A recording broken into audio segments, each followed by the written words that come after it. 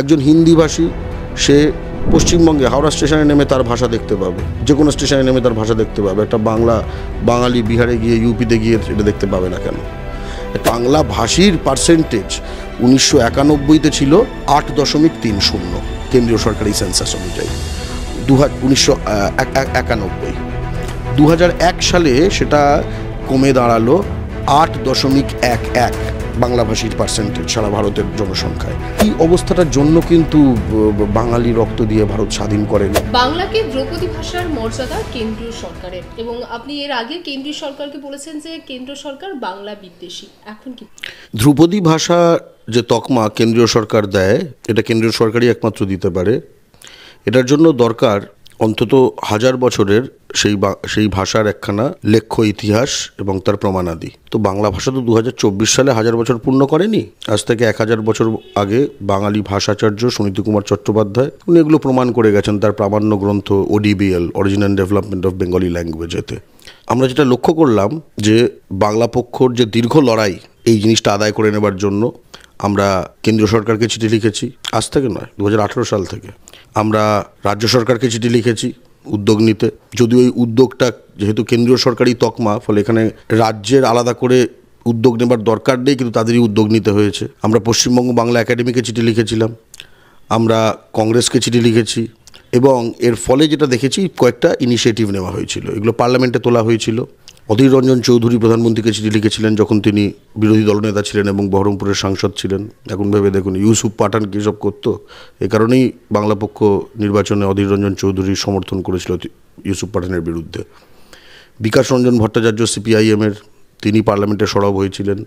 পশ্চিমবঙ্গ সরকার এই যে তথ্য প্রমাণাদি একসঙ্গে জোগাড় করে 3 ভলিউমে, মোটামুটি 3টে ভলিউমে এই তথ্য প্রমাণ দিয়ে সম্বলিত করে কেন্দ্র সরকারের কাছে পাঠিয়েছিল। এমন নয় যে এই তথ্য প্রমাণগুলো কেন্দ্র সরকার নিজেরা জোগাড় করতে পারতো না, তারা করেনি, করে তকমাটা এসছে। আমরা খুশি, অবশ্যই আমরা খুশি। এই তকমাটা যেটা শুধু এলো যে প্রসঙ্গে, মানে যে তোড়ে, সেটা একটা রাজনীতি যেটা বুঝিয়ে দেয় যে হলো একসাথে মারাঠি, বাংলা, অসমিয়া, পালি, প্রাকৃত ইত্যাদি। এবার মহারাষ্ট্রের সামনে ভোট। মারাঠি কিন্তু বাংলার থেকে নতুন ভাষা, যদিও তার 1000 বছরের ইতিহাস আছে, কিন্তু বাংলার থেকে নতুন।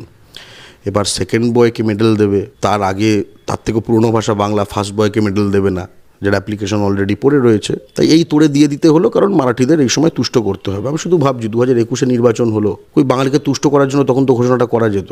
বাঙালিকে মনে হয় বাঙালি তো ফ্রি যেন পুরো বিষয়টা। দিনের শেষে একটা জিনিস বুঝতে হবে যে এই যে কেন্দ্রীয় সরকারি যে তকমাটা পাওয়া গেল, এটার ফলে ইতিমধ্যেই যেগুলো ধ্রুপদী ভাষার তকমা পেয়ে রয়েছে, তামিল, তেলেগু, কান্নাড়া, এরা কি পেয়েছে সেটা অর্থাৎ আমাদের অর্জনটা কি হলো সেটা বুঝে নেওয়া দরকার। তারা একটি ভবন পেয়েছে, একটি বিল্ডিং, 4 তলা, তামিলেরটা 4 তলা আমি জানি। সেখানে কয়েকজন ভাষা কেন্দ্রিক গবেষণা নিয়ে 5টা পদ রয়েছে, 5 জনের মাইনে, এবং অফিস চালানোর যে খরচাপাতি ইত্যাদি। এটা গত বছর বাজেটে ছিল 10 কোটি টাকা। ফলে বাংলা ভাষার জন্য 10 কোটি টাকা বা তার কাছাকাছি একটা কোনো সংখ্যা কেন্দ্রীয় সরকার বরাদ্দ করবে, এটা আমরা আশা করি, দেখবো আমরা পরের বছরের বাজেটে। একই সঙ্গে মাথায় রাখতে হবে এই গত 10 বছরে এই কেন্দ্রীয় সরকারই উর্দুর জন্য 700 কোটি টাকার বেশি খরচা করেছে এবং হিন্দির জন্য 5500 কোটি টাকার বেশি খরচা করেছে।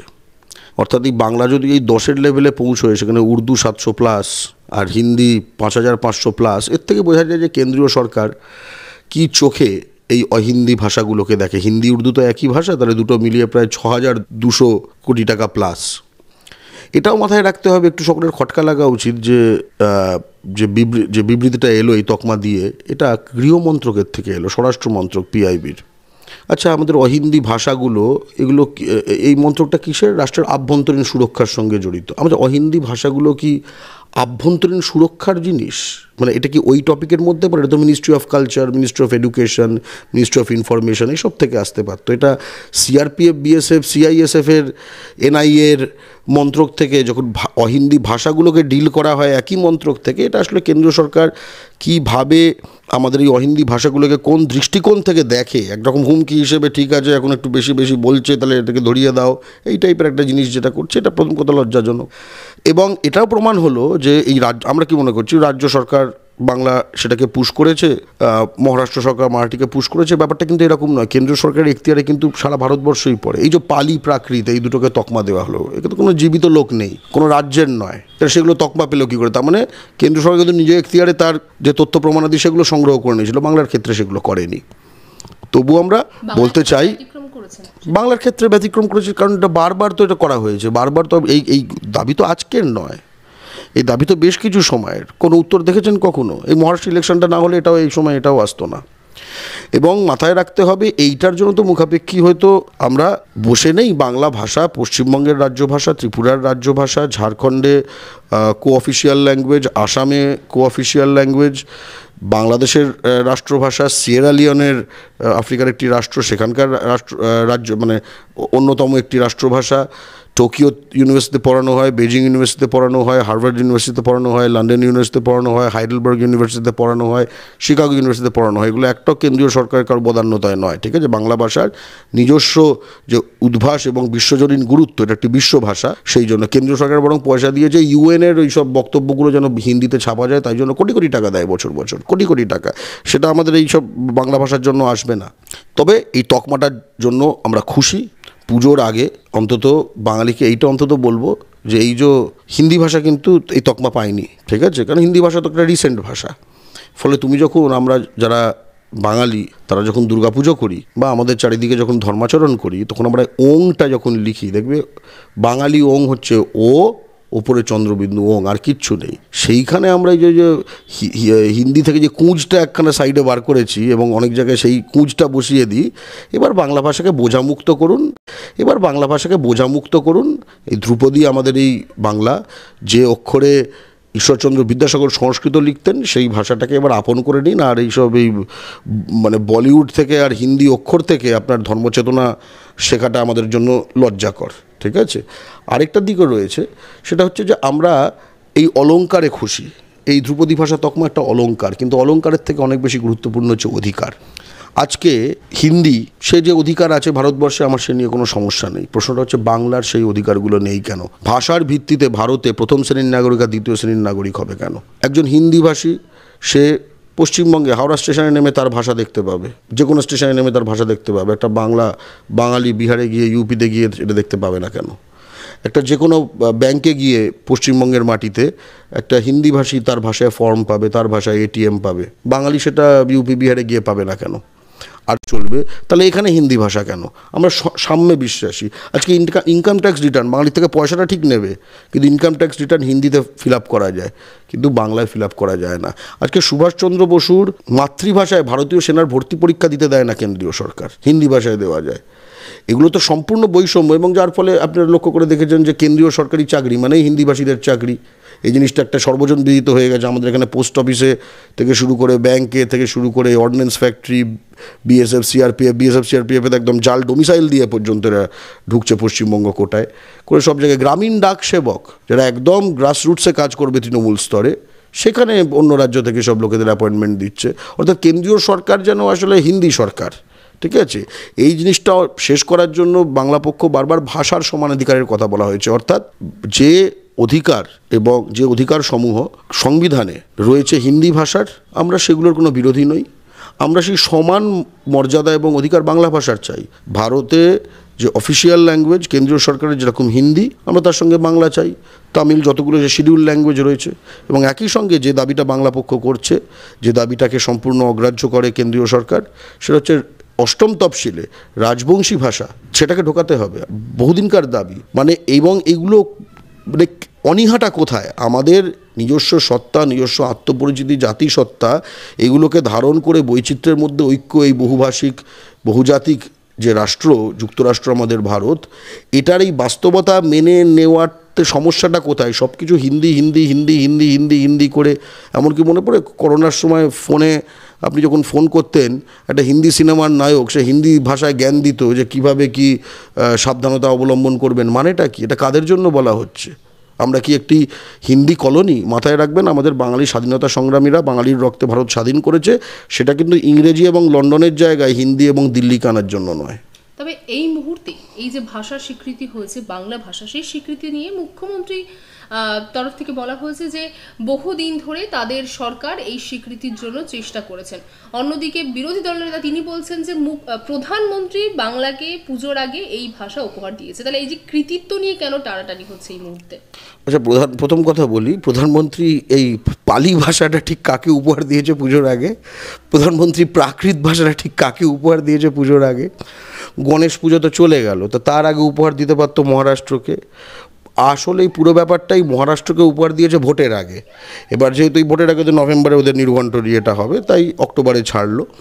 এটা সত্য কথা যে মমতা বন্দ্যোপাধ্যায়ের নেতৃত্বাধীন যে পশ্চিমবঙ্গ সরকার তারা অনেক এফোর্ট দিয়েছে, ঠিক আছে, এখন সেটা সবুরে মেওয়া ফলল। একই সঙ্গে কিন্তু সেটা শুধু মমতা বন্দ্যোপাধ্যায় নন, আমরা দেখেছি যে অধীর রঞ্জন চৌধুরী তিনি যথেষ্ট গুরুত্বপূর্ণ ভূমিকা রেখেছেন। লিডার অফ অপোজিশন যখন একটা প্রাইম মিনিস্টারকে চিঠি পাঠায় তার একখানা ওয়েট আছে। আমরা দেখেছি সিপিএমের সাংসদ বিকাশ রঞ্জন ভট্টাচার্য, উনি পার্লামেন্টের রাজ্যসভায় উনি সরব হয়েছিলেন। আবার একই সঙ্গে শুভেন্দুবাবু বোধহয় এই কথাগুলো বলেছেন। মাথায় রাখতে হবে ইনি এমন একজন ব্যক্তি যিনি কিনা WBCS-এ বাংলা বাধ্যতামূলকের বিরোধিতা করেছিলেন পশ্চিমবঙ্গের মাটিতে, সেই ব্যক্তি। এবং সেই ব্যক্তির যে দলের যেসব টিভিতে কিছু মুখপাত্র আসে, একটা তেওয়ারি নামধারী একটা রয়েছে, সে অন ক্যামেরা একটা টিভি প্রোগ্রাম একটা ক্লিপ এলো দেখলাম, সে বলছে যে বাংলা ধ্রুপদী ভাষা নয়, আজকে নয় আগে, এইসব স্বীকৃতি আসার আগে, ঠিক আছে, সব ভাষাচর্য তো, মানে এখন তেওয়ারিরা এখন বাংলা ভাষা পণ্ডিত হয়ে গেছে। এবং বাংলার মাটিতে সাম তেওয়ারি সে একটি বাংলা সংবাদ মাধ্যমে বাঙালিদের সামনে বলছে বাংলা ধ্রুপদী ভাষা নয়। আর বাংলার মাটিতে এরকম কিছু বাঙালি আছে যারা এটা শুনে ক্ল্যাপ দিচ্ছে, হাততালি দিচ্ছে, হ্যাঁ হ্যাঁ, কারণ বাংলার মাটিতে বাংলার সম্বন্ধে সপক্ষে বলা কিছু পাপ। কিন্তু শুধু এ নয়, তেওয়ারিকে শুধু দোষ দেবো কেন, ওদের আরেকটা মুখপাত্র আছে রাজর্ষি লাহিড়ী, সে আমার মনে পড়ে বাংলা হান্টেরই একটি প্রোগ্রামে তোমাদের যে কনক্লেভ হয় সেখানে সে বলেছিল যে বাংলা ভাষা তো এরকম অরিজিনাল কোনো ভাষা না, এটা মৈথিলি থেকে এসছে। আচ্ছা, মৈথিলি থেকে যদি এসে থাকে, প্রথম কথা মিথ্যা কথা, এটা একদম মানে সব মানে বাঙালি বিদ্বেষীরা যখন ভাষা পণ্ডিত হয়ে যায় বাংলা ভাষা নিয়ে কথা বলে, বুঝবে তাল আলাদা। মৈথিলি ভাষা তো কই ধ্রুপদী ভাষা নয়, যে ভাষা থেকে এসছে সেটা ধ্রুপদী ভাষা নয়। আর যে ভাষাটা নাকি সেটা সেই ভাষা পুরনো ভাষা নাকি পয়দা করেছে, সেই নতুনটা নাকি ধ্রুপদী ভাষা। তো অনেকে এক্সপোজ হলো, বিশেষ করে পশ্চিমবঙ্গে যারা এই বিজেপি করে এরা কতটা বাংলা এবং বাঙালি বিদ্বেষী, কারণ তাদের এইসব স্টেটমেন্টগুলো তো এখন আসবে। আচ্ছা, হঠাৎ তারা এই ধ্রুপদী ভাষা নিয়ে আগে স্টেটমেন্ট দিচ্ছিল কেন এই তেওয়ারি আর এই রাজর্ষি লাহিড়ী? কারণ তখনও বাংলা পক্ষ সহ বাংলার বিভিন্ন দল, বাংলার জন্য দলগুলি, তৃণমূল হোক, কংগ্রেস হোক, সিপিএম হোক, এরা কিন্তু ধ্রুপদী এই দাবিটা করছিল। তখন কেন ধ্রুপদী নয়, একদম তারা অন ক্যামেরা বলেছে, এই তেওয়ারিটা বলেছে যে ধ্রুপদী নয়, রাজর্ষি লাহিড়ী বলার চেষ্টা করছে এটা কোনো অরিজিনাল ভাষাই নয়, মৈথিলি থেকে আসা, এইসব দিয়ে তো ঘাঁটার চেষ্টা করেছে। আমি মারাঠি জনগণকে ধন্যবাদ জানাবো যে আপনাদের অন্তত তোষণ করে ভোট পাওয়ার চেষ্টা করছে বিজেপি। আমরা তো বাঙালির এখানে যখন বিজেপি ভোট নিতে আসে তখন তোষণও করে না, ফ্রি বেশ কিছু ভোট পেয়ে বেরিয়ে যায়, আপনাদের অ্যাটলিস্ট তোষণ করে স্বীকৃতি দিয়ে ভোটটা করাতে হচ্ছে। বাংলায় তো বিধানসভা রয়েছে 26-এ, গতবারের বিধানসভাতে যেখানে 200 আসন ছিল 77টা আসন পেয়েছিল, এবার কি আসন সংখ্যা বৃদ্ধির চেষ্টা হচ্ছে এর মাধ্যম দিয়ে? দেখুন, যদি বাংলা ভাষাকে ভারতীয় সেনার ভর্তি পরীক্ষার ভাষা করে দেয়, অর্থাৎ হিন্দির সঙ্গে সকল অর্থে সমানাধিকার করে দেয় কেন্দ্রীয় সরকার, সেটা একটা খুব গুরুত্বপূর্ণ পদক্ষেপ হবে এবং বাংলা পক্ষ সেটা স্বাগত জানাবে। কিন্তু করলে তো, যেখানে ভারত জুড়ে বিজেপি শাসিত রাজ্যে যে বাংলা বলছে তাকে বাংলাদেশি অর্থাৎ পররাষ্ট্রের নাগরিক বলে তকমা দেওয়া হচ্ছে, সোমনাথ দেবনাথকে বিজেপি শাসিত মহারাষ্ট্র থেকে পিটিয়ে লাশ করে ফেরত দেওয়া হলো, সাবির মল্লিককে বিজেপি শাসিত হরিয়ানা থেকে পিটিয়ে লাশ করে ফেরত দেওয়া হলো, মতি আলী বিজেপি শাসিত রাজস্থান থেকে পিটিয়ে লাশ করে ফেরত দেওয়া হলো, এবং গতকালও একজন দেখলাম আরেকজন লাশের নামটা আমার এক্ষুনি মনে পড়ছে না, করে ফেরত দেওয়া হলো, এবং গতকালও একজন দেখলাম আরেকজন লাশের নামটা আমার এক্ষুনি মনে পড়ছে না। আর সেখানে মানে বাঙালিকে এইভাবে নিষ্পেষিত করা, আসামে 12 লাখ হিন্দু বাঙালি এবং 5 লাখ মুসলমান বাঙালি, সর্বমোট 17 লক্ষ বাঙালিকে বেনাগরিক করে দেওয়া, তাদের বাঙালি সাজার অনেক কাঠখড় পোড়াতে হবে।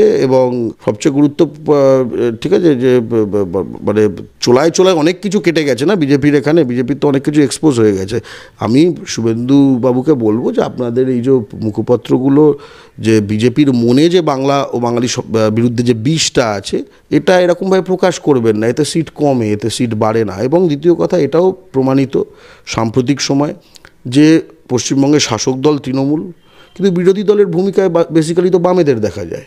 তাদের বিধানসভায় সিট না থাকতে পারে, কিন্তু গ্রাউন্ডে যে প্রোটেস্ট, আরজি করের যে প্রোটেস্টটা চলছে, ঠিক আছে, সেখানে তৃণমূলের যারা লোকজন এসেছিলো খেদিয়ে দিয়েছে ডাক্তাররা, বিজেপির নেতারা সেখানে একটুখানি হাওয়া নিতে এসেছিল, তাদেরকে একাধিকজনকে খেদিয়ে দেওয়া হয়ে গেছে, খেদিয়ে দিয়েছে, এবং গ্রাউন্ডে এই আন্দোলনটা তো বামেরাই চালিয়ে যাচ্ছে, এটা তো সব এবং সেটা খুব গুরুত্বপূর্ণ একটি আন্দোলন। ফলে বাংলা প্রথম কথা, তার বাংলা যেমন নিজের মেয়েকে চায় বলেছিল স্লোগান, তেমনি বাংলা তার নিজের বিরোধী দল চায়। বাংলা এরকম ইউপি, বিহার, গুজরাট, দিল্লি, রাজস্থানের এজেন্টদের, দালালদের এবং পশ্চিমবঙ্গে WBCS-এ বাংলা বাধ্যতামূলকের বিরোধিতা করা লোকেদের বাংলায় বিরোধী দল হিসেবে কেন কোনো অবস্থাতেই যায় না। কোনো জায়গায় জাতিদ্রোহীরা, বিভীষণ মির্জাফররা বিরোধী দল কেন কোনো রাজনৈতিক পরিসরে থাকা উচিত। আপনি ভাবতে পারেন বিহারের, বিজেপি দলকে বলছেন, হ্যাঁ, এটা তো একটা হিন্দি সাম্রাজ্যবাদী, বাংলা ও বাঙালির শত্রু একটি দল।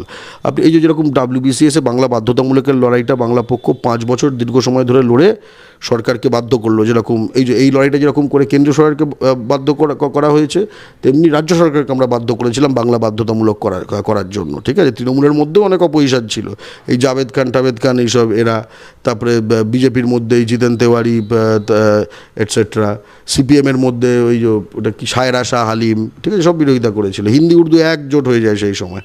তো যাই হোক, কিন্তু লক্ষ্য করলাম যে তার মধ্যে বাঙালি ঘরে অ্যাটলিস্ট জন্ম, শুভেন্দু অধিকারী, সে জিতেন তেওয়ারি যে কিনা বাঙালির বিরুদ্ধে ভোজপুরি ভাষায় জাতিদাঙ্গার হুমকি দিয়েছিল আসানসোলে 29 নম্বর ওয়ার্ডে দাঁড়িয়ে আসানসোল মিউনিসিপ্যাল কর্পোরেশন ভোটের সময়, তার পাশে দাঁড়িয়ে শুভেন্দু অধিকারী বলছে যে বাংলা বাধ্যতামূলক হবে পশ্চিমবঙ্গের রাজ্য সরকারি চাকরিতে। রাজ্য সরকারের এই সিদ্ধান্তের বিরুদ্ধে শুভেন্দু অধিকারী বিধানসভা থেকে রাজপথ অবধি লড়াই করবে, কারণ এতে উর্দু ভাষীদের বিরুদ্ধে এটা একটা ষড়যন্ত্র করছে রাজ্য সরকার। আমি হতবাক। এবং যে কারণে দাড়িভিটের যে শহীদরা, আমরা প্রতি বছর দাড়িভিট দিবস পালন করে বাংলা পক্ষ, এবং দাড়িভিটের শহীদরা আসলে জানতে পারলো না যে কীরকম ইউজড হয়ে গেল তারা, কাদের দ্বারা, কোন কদর্য মানসিকতার, এবং উর্দুকে 700 কোটি টাকার বেশি বরাদ্দ দেওয়া এবং গত 5 বছরে উর্দুর বরাদ্দ ডবল করা একটি দলের ঝান্ডা বিশ্বাস করে তারা কাঁধে নিয়ে শহীদ হলো। এটা তো মারাঠিকে দিতে হতো। দেখো, ইচ্ছাকৃত হোক অনিচ্ছাকৃত হোক, আমাদের ফল দিয়ে কথা, ঠিক আছে। আমরা এই ফলাফলে খুশি এবং আশা করি এটার প্রতিফলন অন্তত চারিদিকে, অন্তত বাঙালির একটা জায়গা হোক যে ভাই, তোমার পুরনো ভাষা, এই সব হিন্দি উর্দু এগুলো একটাও ধ্রুপদী ভাষা নয়, তোমার ভাষায় তোমার ইতিহাস নিহিত রয়েছে, 1000 বছরের থেকে বেশি পুরনো ইতিহাস, ঠিক আছে। তোমাকে আর দিল্লির ইতিহাস, আর এই রাজপুতানার ইতিহাস, আর এই মহারাষ্ট্রের ইতিহাস, এগুলো পড়ার আগে নিজের মাটিতে যারা বারবার এই বাংলাকে রক্ষা করার চেষ্টা করেছে, সেটা প্রতাপাদিত্য হোক, সেটা শশাঙ্ক হোক, সেটা ইশাখা মুশাখা হোক, সেটা কেদার রায় হোক, আর সেটা এই আজকে বাংলা পক্ষ হোক, এই প্রতিটি যে আমরা যারা বাংলার মাটিতে বাংলার স্বকীয়তা, আমরা বাংলার অধিকার যারা আমরা রক্ষা করার জিনিসটা করি, এই জিনিসটা করে যেতে হবে। এবং সেটা বলছি বারবার, যেটা অলংকার, ধরো একটা খুব ভালো যে আমি আংটি টাংটি পরলাম, কিন্তু আমার মূলত আমার এই যে গায়ের চামড়া, অস্থি, মজ্জা, এইটা কতটা সুস্থ সবল থাকবে তার উপর তো মূল একটা ভাষা কীরকমভাবে আছে সেটা নির্ভর করে। যে কোনো ভাষা সেটা নির্ভর করে হচ্ছে সেটা অর্থনীতি, তার ভাষা কিনা, বাজারের ভাষা কিনা, কাজের অর্থাৎ দপ্তরের ভাষা কিনা, এবং আরও গুরুত্বপূর্ণ সেই ভাষার মানুষ তার নিজের মাটিতে জনবিন্যাসে পিছিয়ে যাচ্ছে না এগিয়ে যাচ্ছে তার কিনা। বাংলার মাটিতে এই মুহূর্তে বাংলা এবং বাঙালি হুমকিতে, সেটা পুঁজির ক্ষেত্রে হোক, বাজারের ক্ষেত্রে হোক, চাকরির ক্ষেত্রে হোক, টেন্ডারের ক্ষেত্রে হোক, অটো লাইনের ক্ষেত্রে হোক, টোটো লাইনের ক্ষেত্রে হোক, খনির মালিকানার ক্ষেত্রে হোক, বন্দরের মালিকানার ক্ষেত্রে হোক, শিল্পাঞ্চলে হোক, শহরাঞ্চলে হোক, জনবিন্যাসে হোক, জনপ্রতিনিধিত্বে হোক, বাংলার মাটিতে ভাটপাড়া, টিকিয়াপাড়া, মোমিনপুর, খিদিরপুর, গার্ডেন রিচ, মেটিয়াবুরুজ, বড়বাজার, রাজাবাজার, লিলুয়া, শালকিয়া, টিটাগড়, জগদ্দল, এগুলো বেড়ে, রিসরা, খড়গপুর, বারাবণী, কুলটি, রানীগঞ্জ, এগুলো বেড়েই চলেছে, এই ধরনের এলাকা বেড়েই চলেছে। তাহলে অর্থাৎ বাংলা ভাষীর পার্সেন্টেজ 1991-তে ছিল 8.30 কেন্দ্রীয় সরকারি সেন্সাস অনুযায়ী, 1991। 2001 সালে সেটা কমে দাঁড়ালো 8.11 বাংলাভাষীর পার্সেন্টেজ সারা ভারতের জনসংখ্যায়। 2011-তে সেটা কমে দাঁড়ালো 8.03, ঠিক আছে, আরও কমে দাঁড়ালো। এই যে কোটি কোটি বাংলাদেশি ঢুকছে অন্য জায়গা থেকে, তো এটা হলে তো বাংলাভাষীর পার্সেন্টেজ হু করে বেড়ে যাওয়ার কথা ছিল, তার জায়গায় কমে যাচ্ছে। ফলে ওই ফলস ধুয়োগুলো না দেখিয়ে বাংলার মাটিতে তথা ভারতের মাটিতে বাঙালি কিভাবে কোণঠাসা হয়ে যাচ্ছে সেইটা অনেক গুরুত্বপূর্ণ লড়াই, এবং সেই লড়াইটাই লড়ছে বাংলা পক্ষ, যে বাংলার মাটিতে ভারতে বাংলার অধিকার এবং বাংলায় বাঙালির অধিকার কিন্তু আমাদের বুঝে নিতে হবে। এবং স্পষ্টত যদি কেন্দ্রীয় সরকার একটি সত্যিকারের সদিচ্ছা দেখাতে চান, তাদের কাছে আমার কাছে দুটো দাবি থাকবে। এক, ভারতীয় সেনার ভর্তি পরীক্ষা, সেনা মানে নৌসেনা, বিমান এবং স্থলসেনা, সুভাষচন্দ্র বসুর মাতৃভাষায় সেই পরীক্ষা যেন দিতে পারে, যেরকম এই অটল বিহারী বাজপেয়ীর মাতৃভাষায় বিহার ইউপির লোকজন দিতে পারে, তেমনি সুভাষচন্দ্র বসুর মাতৃভাষায় যেন বাঙালিরা ভর্তি পরীক্ষা দিতে পারে ভারতীয় সেনার। এবং ভারতীয় সেনায় বাঙালি রেজিমেন্ট চাই। দেখুন, বিহার রেজিমেন্ট আছে, আসাম রাইফেলস আছে, নাগা রেজিমেন্ট আছে, জম্মু অ্যান্ড কাশ্মীর রেজিমেন্ট আছে, শিখ রেজিমেন্ট আছে, পাঞ্জাব রেজিমেন্ট, ঠিক আছে, রাজপুতানা মানে রাজস্থানে, মারাঠা রেজিমেন্ট আছে, ম্যাড্রাস রেজিমেন্ট আছে, মানে গাড়োয়াল রেজিমেন্ট আছে, কুমায়ুন রেজিমেন্ট আছে। আমাদের রক্তে ভারত স্বাধীন হলো আর আমাদের রেজিমেন্ট নেই, মানে আমাদের প্রতি কি এমন বিদ্বেষ, আমাদের এত ঘেন্না করে কেন? আচ্ছা, আপনি যেমনটা বলছেন যে মারাঠি ভাষাকে দ্রৌপদী ভাষার মর্যাদা দেওয়ার জন্য বাংলাকে দ্রৌপদী ভাষার মর্যাদা দিতে বাধ্য হয়েছে না, হ্যাঁ, কিন্তু একসঙ্গে দুটো ব্যাপার রয়েছে। একটা হচ্ছে যে বাংলার যদি 1000 বছরের ইতিহাস না থাকতো, সেটা তো গুলতাপ্পি মেরে তো আর দিতে পারতো না। বাংলা ভাষা ন্যায্য দাবিদার ছিল, কিন্তু দাবিটা বাংলা পক্ষ, তৃণমূল, সিপিএম, কংগ্রেস সকলে তোলা সত্ত্বেও সেটা আটকে ছিল। দাবিটার মানে সব গ্রাউন্ড ওয়ার্ক সব কমপ্লিট। এবার যেহেতু মারাঠিকে দিতে হবে, যেহেতু মারাঠি বাংলা ভাষার থেকে নতুন ভাষা, তাই তাকে যদি স্বীকৃতি দিতে হয় তাহলে তার থেকে পুরোটাকে দিতেই হবে, কারণ ওটা অলরেডি আটকে আছে। সেই তোড়ে বেরিয়ে গেছে আর কি, ঠিক আছে। কিন্তু যাই হোক, ফলাফলে আমরা খুশি। আমরা এই সময় এইটার ইয়ে না, আমরা ফলাফলে খুশি, আমরা ফলটা বুঝতে চাই। বাংলার শ্রমমন্ত্রী মলয় ঘটক সাম্প্রতিক সময় বিধানসভায় একটা তথ্য পেশ করেন যে বাংলা থেকে বাংলার বাইরে 21 লক্ষ বাংলার মানুষ কাজ করেন। ইটস এ হিউজ নাম্বার, ঠিক আছে। আপনি আজকে ব্যাঙ্গালোরে যান, বাঙালি দেখতে পাবেন। আপনি তামিলনাড়ুতে যান, বাঙালি দেখতে পাবেন। আপনি হায়দ্রাবাদে যান, বাঙালি দেখতে পাবেন। মুম্বাইতে যান, বাঙালি দেখতে পাবেন। কেরালে দেখতে পাবেন আপনি, ঠিক আছে, মানে বিস্তৃত আপনি পাবেন। ট্রু। সঙ্গে আরেকটা তথ্য দিয়েছেন, অন্য রাজ্য থেকে বাংলায় কাজ করতে এসেছে একই পিরিয়ডে 1,20,00,000, এবং সেটা শুধু সংগঠিত ক্ষেত্রে মানে অন পে রোল, কন্ট্রাকচুয়াল না। এবার অসংগঠিত হলে সংখ্যাটা আরও বেশি। আচ্ছা, মানে অর্থাৎ বাংলা থেকে 6 গুণ, 21 লাখ যাচ্ছে, মানে আমরা একটা নেট ইন মাইগ্রেশন স্টেট। তার মানে এরা যারা আসছে, এরা নিশ্চয়ই হাওড়া ব্রিজ দেখতে আসছে না। না, এরা তো আসলে কাজ নিতে আসছে। তার মানে বাংলায় কাজ আছে, বাঙালির কাজ নেই। আপনি যদি সামনে এই লজিস্টিক্স সেক্টরটা, যেটা গত 10 বছরে গড়ে উঠলো, আপনি যদি ডানকুনি থেকে আপনি হুগলির দিকে চলে যান আর ওদিকে কোলাঘাটের দিকে চলে যান, যে দুপাশে, ঠিক আছে, শেডের পর শেড, ঠিক আছে, স্কিপার থেকে শুরু করে বিভিন্ন, বাঙালিকে প্রায় নেওয়াই হয় না।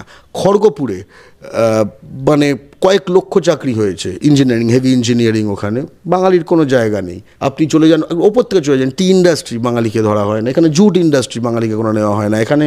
যে বানতলায় যে লেদার ইন্ডাস্ট্রি, মানে এই যেরকম লজিস্টিক্স ইন্ডাস্ট্রিটা বললাম, এটা হচ্ছে এশিয়ার সর্ববৃহৎ, তেমনি আমাদের লেদার ইন্ডাস্ট্রিটাও কিন্তু এশিয়ার সর্ববৃহৎ। বাঙালির কোনো জাস্ট জায়গা নেই ওখানে, বাঙালিকে জাস্ট ঢুকতে দেওয়া হয় না। এখন তো এমনও হয়েছে ওপেন অ্যাড দিচ্ছে, বাঙালি নেব না। নিশ্চয়ই দেখেছেন, কিছু ভাইরালও হয়েছে, বাঙালি নেব না, একটা অ্যাডে লেখা ছিল মারোয়ারি অর বিহারি অনলি। এটা অন্য কোনো রাজ্যে সম্ভব হতো। এবং পশ্চিমবঙ্গ সরকারের যে এই ব্যাপারে উদাসীনতা, ঠিক আছে, এই যে বহিরাগত তোষণ, না থাক, ঠিক আছে, এর ফলে কি হচ্ছে? এর ফলে বাঙালি, এই যে বাস্তবতা হলো যে বাংলায় কাজ আছে, বাঙালির কাজ নেই। কিন্তু বাঙালি যখন বলছে বাংলায় কাজ নেই, আমি কি বলছি? বাংলায় কাজ আছে, বাঙালির কাজ নেই। কিন্তু যেহেতু বাঙালির কাজ নেই, সে মনে করে বাংলায় কাজ নেই। সে আগে সিপিএমকে গালাগাল করতে, এখন তৃণমূলকে গালাগাল করে। ন্যাচারাল, মানে এটাই স্বাভাবিক রিয়াকশান হওয়ার কথা। তোমার যদি বলা হয় হ্যাঁ বাগানে অনেক আম হয়ে আছে, একটা আমও যদি তুমি খেতে না পারো, একটা আঁটিও যদি দেখতে না পাও, তাহলে বাগানে অনেক আম হয়ে আছে তুমি বিশ্বাস করবে নাকি? তাই না?